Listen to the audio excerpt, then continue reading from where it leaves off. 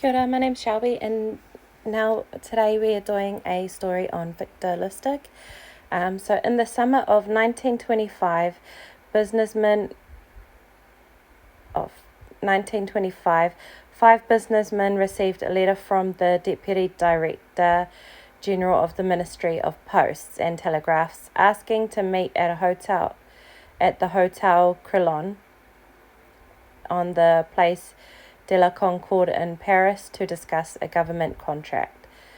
When they arrived, they met an impeccably dressed gentleman who announced that the government was to dismantle and sell the Eiffel Tower. He was authorized to offer them first refusal on the 6,350 tons of high-grade scrap iron. The Eiffel Tower had been built for the 1889 Paris exposition and was not intended to be permanent. It was to have been taken down in 1909 and moved elsewhere. The government official then took them on a tour of the landmark and decided that one of the men, Andre Poisson, a rough diamond who felt uncomfortable among the rich, was the most likely target.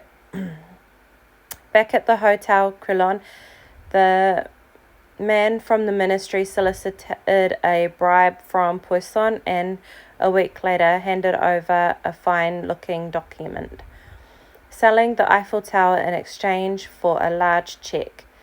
This was duly pocketed by Count Victor Lustig, who, far from working for the French government, was a skilled conman. Victor Lustig was born in Bohemia on 4th of January 1890 and was fluent in several languages. He counted on Poisson being too embarrassed to tell anyone, which he was. So 2 years later, Lustig returned to Paris and pulled the same stunt again. This time, his mark did go to the police, and Lustig narrowly avoided arrest. He once said, quote, "I cannot understand honest men. They lead desperate lives full of boredom," close quote. But of the aftermath was 9 years later, in 1934, the FBI arrested Lustig on charges of counterfeiting.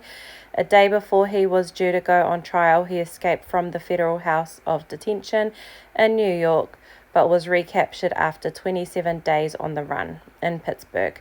Lustig pleaded guilty at his trial and was sentenced to 20 years in Alcatraz.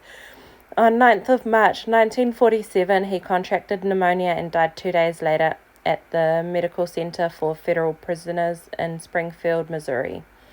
You should know Lustig once convinced Al Capone to invest $50,000 in a stock deal. Lustig kept the gangster's money in a safety deposit box for 2 months, then returned it to him, claiming that the deal had fallen through. Impressed with Lustig, Capone gave him $5,000, which had been Lustig's aim in the first place. Oh, heck. Anyway, so that's Victor Lustig. It's a short one.